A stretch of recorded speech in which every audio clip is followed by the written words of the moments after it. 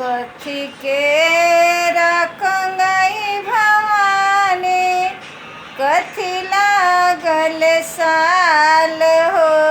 अरे कथिए बैठल ना भवानी झारस लामी के हो, अरे कथिए बैठल ना भवानी झारस लामी केस हो, अरे कथिए बैठल ना सोने के रखंगहि भवानी, रूपे लागल साल हो, अरे मचिया बैठल ना भवानी झारस लामी के सिया हो, अरे मचिया बैठल ना घोरवा चढ़ल अइले भैरो भैया बा हो, अरे कहवा के ना दीदिया करे पाए तवा हो, अरे कमना नगरिया के हो डोलिया उठाई भैरो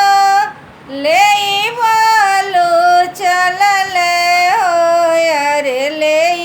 के अइले ना भैरो दिली सहरिया हो, अरे ले के अइले ना भैरो दिली सहरिया हो, अरे ले के अइले ना नगर डेराई गइले लोग परइले ना, अरे हो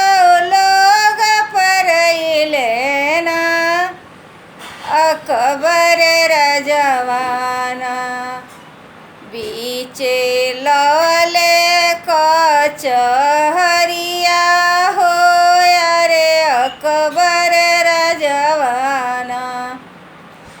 बीचे लले कचहरिया हो,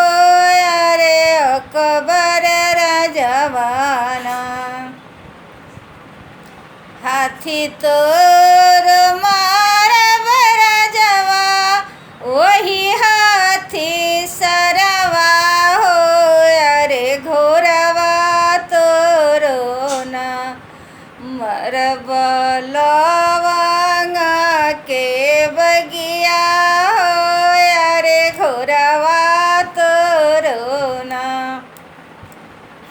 तोहरा के मारब राजवा भरल कचहरिया हो, रानियावा तोहरो ना मरब राम के रसोइया हो, रानियावा तोहरो ना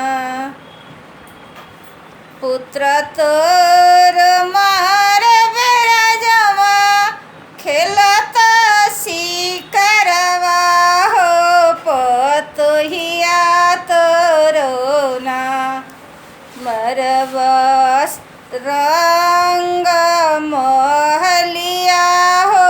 पतोहिया तोहरे ना मरब रंग महलिया हो, पतोहिया तोरो ना इतना वचन जब सुनले अकबर राजवा हो, अरे परी रे गइले ना मैया के चरनिया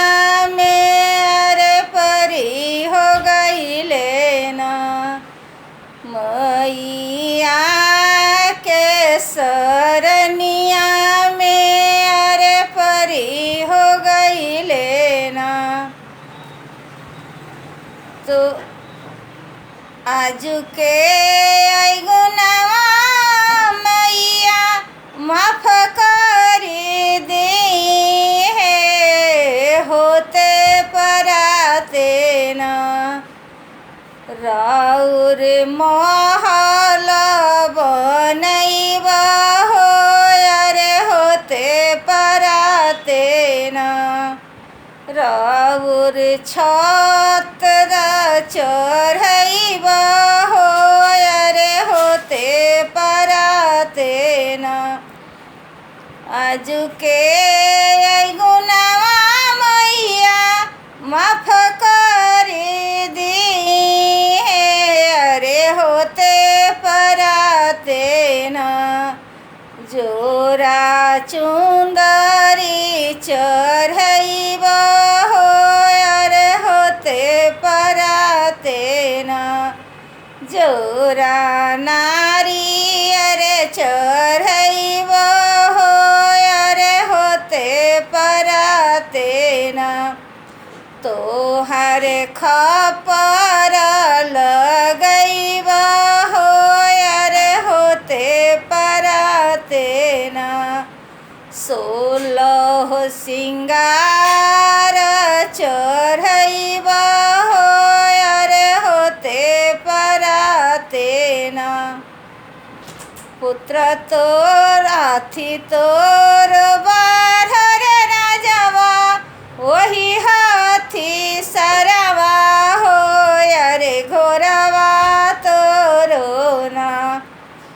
बारो लवंग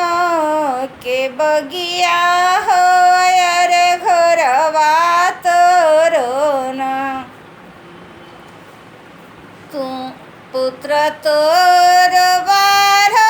राजवा खेलत सिकरवा हो पतोहिया तोरो ना बारो लवंग के बगिया हो पतोहिया तोरो ना तू भरला कचहरिया हो रनियावा तोरो ना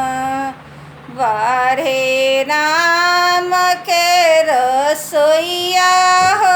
रनियावा तोरो ना बोलो माँ कालका की जय।